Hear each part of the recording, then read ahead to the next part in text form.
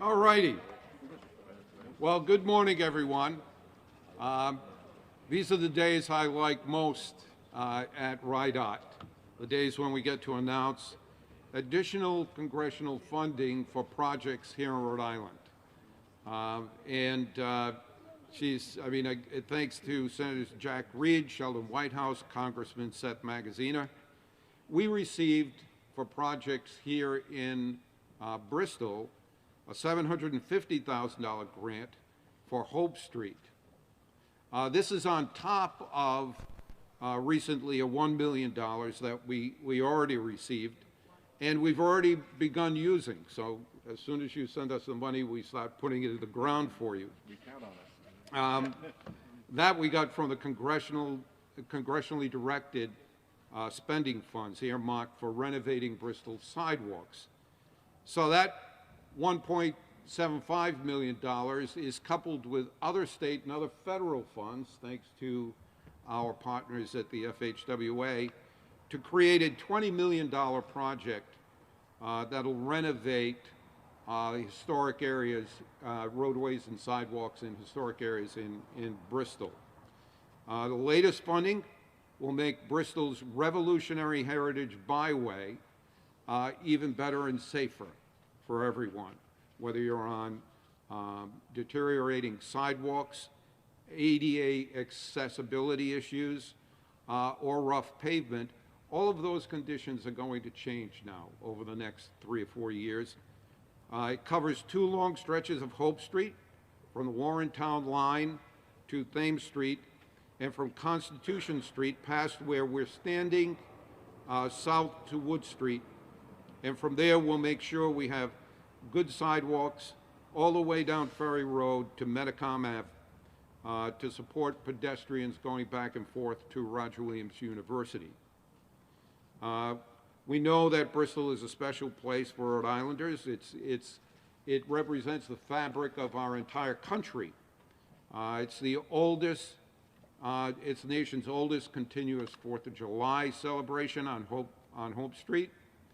And Hope Street is the only Rhode Island road that's part of the country's network of national scenic highways. So the work that we're doing here is going to be very, very important to us, to Rhode Island, and to the nation. The work will include restoration of the seawall from the area of Burton Street to Burnside Street, north to Summer Street, including construction of new scenic overlook of Bristol Harbor. And as you can see, what more magnificent view than to be able to enjoy that from a new scenic overlook. With the grant money, we'll also repair and replace drainage systems, adjust shoulders to improve bicycle access, make soil restoration and greenery improvements, and of course, we'll continue the sidewalk and roadway resurfacing work that we're doing all along Hope Street. We're so grateful to our congressional delegation and our state leaders who I really want to thank. A shout out to former Congressman Cicilline, who was instrumental on reinvoking the Hope Street as a national scenic highway back in 2019. And certainly our local representatives that are here with us today, too, from the town, who have partnered with us. It's very important to us to have partnerships that extend from the federal level all the way to the local level, and we've accomplished that here in Bristol with this project.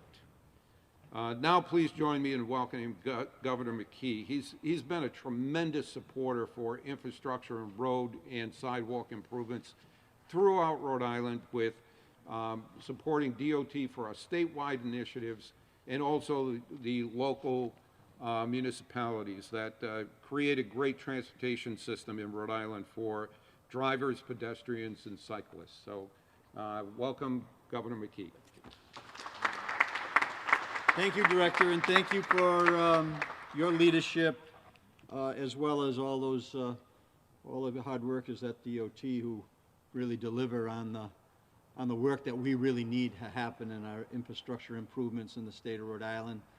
I want to just again thank Senator Reid, Senator Whitehouse, Congressman Magaziner, for their continuous support, and as you mentioned, former Congressman Langevin as well as Cicilline. As long as you keep the resources coming, we're going to keep on putting our foot on the shovel and making sure that the state of Rhode Island continues to improve its infrastructure in ways that not only will be recognized right here by the people who live in the state of Rhode Island, but we're finally going to get the recognition that we actually deserve nationally for the work that's happening through our federal delegation, through our DOT, all the people who work on these projects, our reps and our senators who are really supportive of this initiative, and along with our local leadership, with Administrator Contenti here today representing one of our 39 municipal leaders that are really stepping up. In addition to what's happening, what the director just announced in terms of the improvements with the seawall and the sidewalks and ADA accessibility, improvements for our bicycles, along with recognizing the historic nature of this roadway, not only for the state of Rhode Island, which remember we were the first to sign, to declare our independence, and it's reflected in Bristol's annual parade, which I am fortunate enough to be able to walk in. But also it extends past that. $20 million has been appropriated to municipalities right here in Bristol, just short of $400,000 coming from the state on a 2-for-1 match. We're expecting that $20 million of federal dollars to be realized, $60 million of road improvements right in our local cities and towns, and Bristol being part of that. So thank you for your leadership there, Steve. I really do appreciate that work as we continue to build our infrastructure in ways that all the people in the state are going to be proud of, but people who visit here too, right? We want to make this a destination state. Can't have that without the infrastructure and those improvements that are happening right now. So as the state works to repair roads and bridges to improve Rhode Island's national infrastructure rankings, we also want to provide support to our municipalities to do the same. This has been a team effort, and if we want to get results, we need all local leaders, state leaders, as well as federal delegation to continue to make this work. We're not taking our foot off the pedal here when it comes to this issue, and I'm glad to see that they share the same support that the state has with coming out of Washington. So thank you so much for being here. This is a great place, and as we said, you can't, this landscape, you can't duplicate this anywhere in the world, anywhere in the country, and we're so proud that Rhode Island has this infrastructure improvements that it's continuing working on. And with that, I'll hand it off over to our Lieutenant Governor, Sabina Matos. Sabina.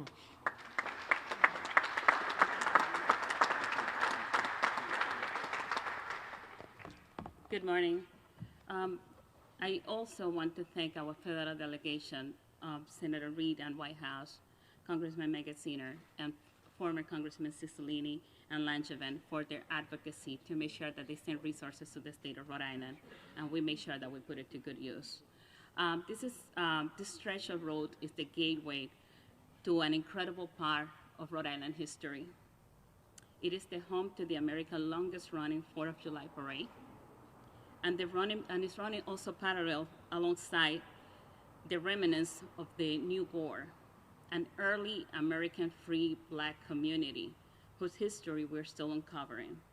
And I want to thank Linden Place and the Providence Journal for shining a light into this history that has been forgotten. The improvement we are making on Hope Street will make it easier and more enjoyable for every visitor that comes to the state of Rhode Island to explore our rich history. That is good for businesses, good for tourism, and it's good for the local economy and the locals that live here also, that bike, that run, walk these roads every day. Let's keep working together, the local government, the state, and the federal government, to make sure that we continue to level the playing field for every community, and to make sure that we continue to add accessibility to every road in the state of Rhode Island. It's something that I hear a lot The governor's here a lot because we have Tina that doesn't let us forget about that, right? Tina from REM. But it's so important that every time that we're talking about building a new road or rebuilding a road, we're thinking about who's going to be using it and how we have to make it accessible for everyone. Thank you so much. And with that, it is my pleasure to introduce our senior senator, Senator Jack Reed.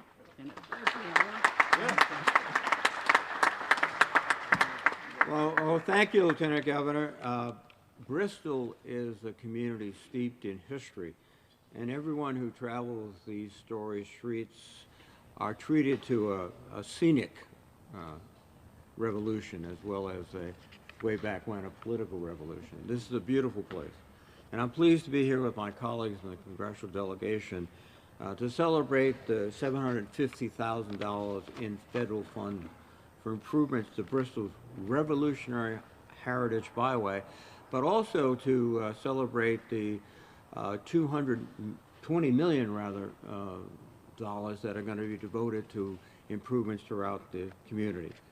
Governor McKee, thank you for your leadership. Senator Whitehouse, Congressman Magaziner, thank you for your work. Derek Torrey is here from the Federal Highway. Thank you, Derek. You do so much to help us out. Really appreciate it. And of course, I do want to add my commendation to David Cicilline. As the Congressman of the 1st District, he devoted himself to serving this community and all of the other communities. And I cannot let out some comment about Director Alviti, or he will disclose my high school deportment record. So thank you, Peter. And Town Administrator Steve Contente does a superb job. And I also want to recognize Representative Speakman and Representative Donovan. Thank you, ladies, for the great work you do in the General Assembly. America's scenic byways are something more than just a distinctive view. They help connect us. They help connect us physically. They help us connect us as a community historically. They give us reference points. And some feature natural beauty. Some feature history. This Bristol Revolutionary Heritage Byway features everything.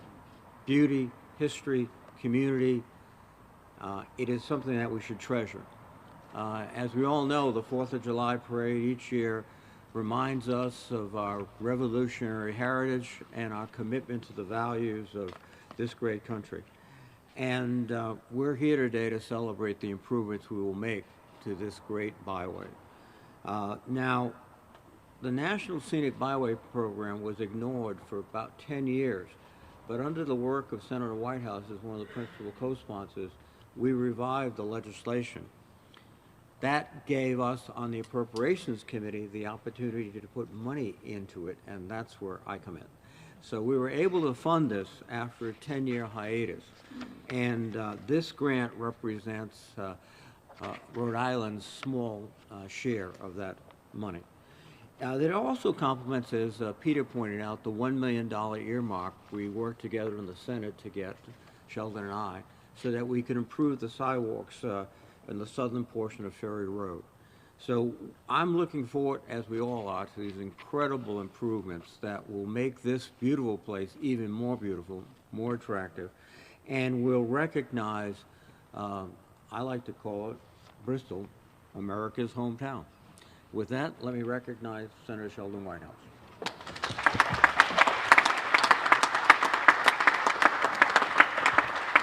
Thank you, Jack. What a wonderful Bristol day. It is hard to top this view. It is hard to top this project. And it's impossible to top the Bristol 4th of July parade route. And that is the scenic byway that we're here to celebrate. Delighted to be here with Administrator Steve Contente, with our Lieutenant Governor and Governor, with Administrator Torrey and Director Alviti, with Jack Reed, who, as he said, we tee it up, he throws in the money. And this worked beautifully that way, and I'll join him in recognizing the work of David Cicilline, who worked very hard to get this storied route designated as a scenic byway, and that opened up the door to this funding. So $750,000 for the parade route is a very, very big deal. I'm delighted that June Speakman and Sue Donovan, also great Bristolians, close enough, have come to, have come to celebrate this with us.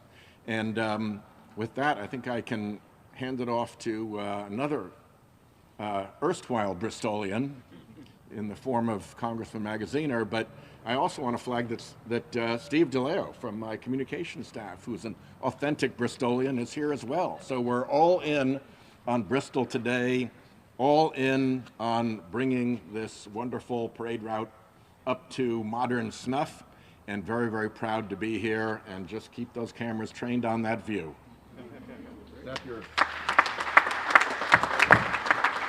Hello, everybody. It's great to be here. You can take the kid out of Bristol, but you can't take Bristol out of the kid, so it's great to be back home to where I grew up. I want to thank and recognize my partners in the federal delegation, Senator Reid and Senator Whitehouse, for making this all possible, Governor McKee, Lieutenant Governor Matos for their leadership, Director Alviti, Administrator Contenti, Representative Speakman, Representative Donovan, Derek Torrey from the Federal Highway Administration. It takes a team to do all of this. And of course, we also want to recognize the men and women who are actually going to be doing the work in the coming months, improving this historic street. Projects like this are about helping people. It's about making sure that our roads are accessible for older Rhode Islanders and for Rhode Islanders who may have mobility challenges. It's about making sure that our streets are climate resilient and not prone to flooding so that people can get to work or get their kids to school. And it's about helping small businesses by improving foot traffic all through commercial corridors. So the work that we are doing is not just about shiny new objects, it is about helping people and helping Rhode Islanders in particular. That's why this is so important. And this stretch of road, as has been said, has a special historical significance that I learned growing up here in Bristol. It was on this road that British soldiers marched during the Revolutionary War and burned the town. Just a few years after that, it was where the oldest continuous 4th of July celebration began after we won independence, and that tradition, of course, continues today. This stretch was the birthplace of important American manufacturing. Some of the, right here in the Herreshoff Boat Works behind us, some of the first torpedo ships for the Navy came right down these docks and into the water where the torpedo ships were developed for the first time. And also, of course, the famous Herreshoff ships, S-boats, thank you, see? This is why it's good to have Sheldon around. He knows what the sailing terminology is. Some of the greatest racing vessels in the history of the world came right down these docks. And so the heritage of this area is really incredible, and we have to teach the next generation about it and continue to allow this area to thrive. So it's an honor to be back, and I want to thank everyone who had a role in making this possible. Now it is my honor to turn it over to the administrator of the town of Bristol, Steve Contenti. Thank you. It's nice seeing everyone here. Just one page, but it's nice to give a local perspective. Good morning, Governor McKee, Lieutenant Governor Matos, Senator Reid, Senator Whitehouse, Representative Magaziner, Mr. Torre, Director Alviti, residents, friends.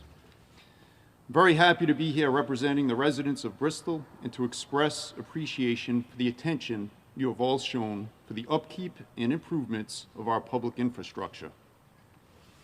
Let me explain my view of this section of sidewalk and why here. Rhode Island's geography gives opportunity for us to retain and to attract industry and commerce. Yes, this is a scenic highway with a great deal of notable history. This area is also a hub of our blue economy. The event tent that we are under today hosts events with visitors from around the world. The Herreshoff Marine Museum hosts regattas where ideas for the newest navigation equipment and other ideas are shared. Students from other Rhode Island cities and towns learn skills and gain positive experiences while learning to sail right here in these waters. The student boat building program is expanding to design and manufacture composite skateboards. The first steps in Rhode Island for many aboard the American Cruise Line boats that land here are these sidewalks.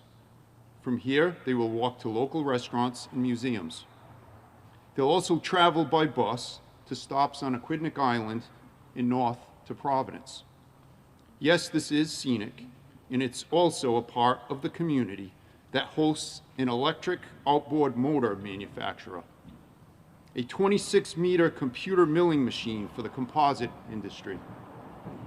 We build the America's Cup yachts here in Bristol. We have businesses with worldwide exports of carbon fiber products. This sidewalk connects Roger Williams University to the downtown that hosts many fine culinary restaurants that serve local fish and shellfish. Why have we retained these assets? We recognize that quality of life is paramount to retaining and attracting business and commerce. Look close and you will see two special waterfront parks along the sidewalk. We know what they are and what we've done there. We know that being outdoors, walking, and moving is more and more important, and that maintaining property instills pride and motivation. Senators, Governor McKee, Lieutenant Governor Matos, Mr. Alviti, thank you for your attention in improving this area. The upgrade to this small section of Rhode Island roadway is really an investment in Rhode Island. We appreciate your support, as always, and thank you for the Scenic Byway Grant. Thank you.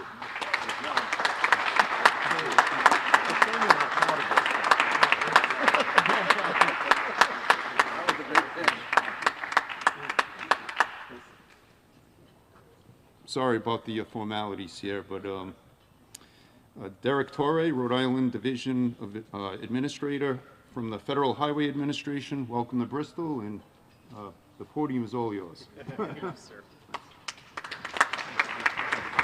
Last but not least, right? Morning, everyone. As the administrator said, my name is Derek Torrey. I'm the Federal Highway Administration's Division Administrator for Rhode Island. I am glad to be here with all of you again to mark this occasion, and on behalf of my boss, the Secretary of Transportation, Pete Buttigieg, I want to offer my congratulations on receiving this $750,000 Federal National Scenic Byways Program grant. The Byways Program, as Senator Reed mentioned earlier, was established by Congress back in 1991. The whole purpose is to be a grassroots collaborative effort to help recognize, preserve, and enhance roads throughout the U.S. designated by America as America's byways. The Federal Highway Administration went through several rounds of designation in the 1990s, but then things kind of stopped, a little over a decade ago when we ran out of funding. Thanks to the work of former Congressman Cicilline, as well as the rest of the delegation here, they worked very. When I was in Washington, I had many meetings appear on my calendar with Congressman Cicilline's staff as they worked to try to get us to get this program up and running. So kudos to him. We did it. President Biden signed his law in 2019, and we went ahead and made some new designations for America's byways. One of the ones that followed from that law was the Revolutionary Heritage Byway right here in Bristol 2 years ago.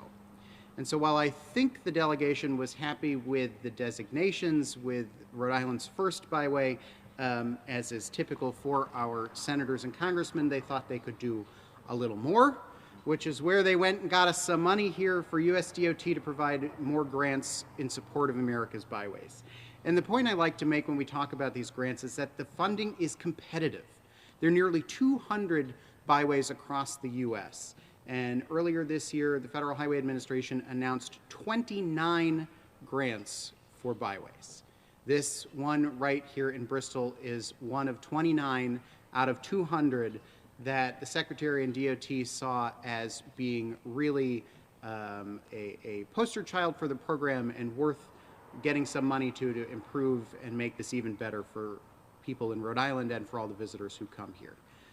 And more than that, it's another great example of state, local, federal leaders all coming together around a common cause to get things done here in Rhode Island. I've said it before, and I will say it again, this teamwork is really bringing results for the state. We at the Federal Highway Administration are really excited to be partners in this progress. This grant, combined with roughly $400 million that Rhode Island receives every year from President Biden's bipartisan infrastructure law, is really delivering once-in-a-generation change that's going to bring our infrastructure into a state of good repair, create jobs here in Rhode Island and across the country. I also want to take a moment while I'm up here to remind folks to be safe while you're traveling this scenic byway and all of the roads in the state. 43 people have died on Rhode Island's roads so far this year. 43. Of those, 2/3 of motor vehicle fatalities have been people not wearing seatbelts. 3/4 of motorcycle fatalities have been people not wearing helmets.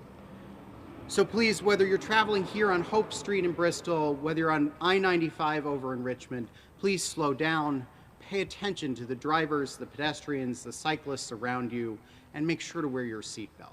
We want everybody to make it home at the end of the day. 43 is not a number that is acceptable to me, and I hope it's not acceptable to any of you here today.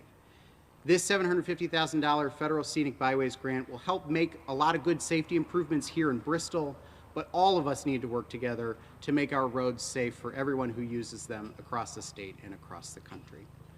So thank you all for being here today. Congratulations again on this important competitive grant, and I will turn it back over to Director Alviti to close us out. Thanks.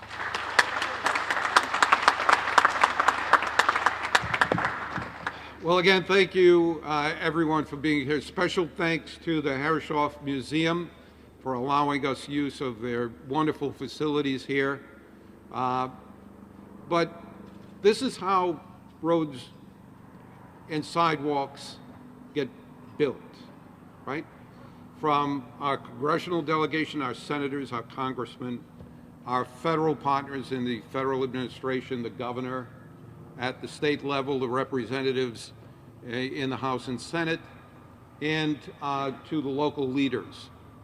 Everybody working together. That's how government should work, and it's going to result in this case, a beautiful scenic highway, and we'll look forward.